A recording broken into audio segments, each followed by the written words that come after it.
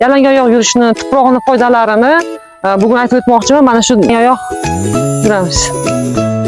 Agar sizda oyoq og'riqlari bo'ladigan bo'lsa, bo'g'im og'riqlari bo'ladigan bo'lsa, oddiy sizga bitta retsept aytaman. Oddiy tuproqni olamiz.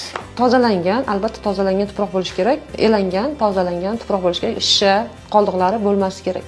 Bunga mana tuproqni solib olamizda, tuproqdan iliqroq bo'lishi kerak suvimiz, chunki muzday suv bo'lmaydi, chunki oyoq og'rig'ini battar qiladi. Oddiy tuproqni olamizda, mana tuproqni olib turib, aralashtirib, undan kichkina lipyoshka deymiz, ya'ni nonchalar shaklida yasab olamizda, og'riq bor joylariga qo'yib qo'yamiz. Hamda quriydi. Qurigandan keyin sekin olib tashlaymiz.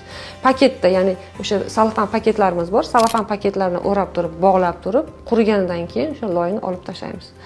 Bu og'riqni tortish bilan birga o'sha joydagi qon aylanishlarini yaxshilaydi, bo'g'imlardagi tuzlarni yo'qotishga yordam beradi hamda siz o'zingizni yengil his qilasiz. Hech qanaqangi og'riq qoldiruvchi doriga ehtiyoj qolmaydi.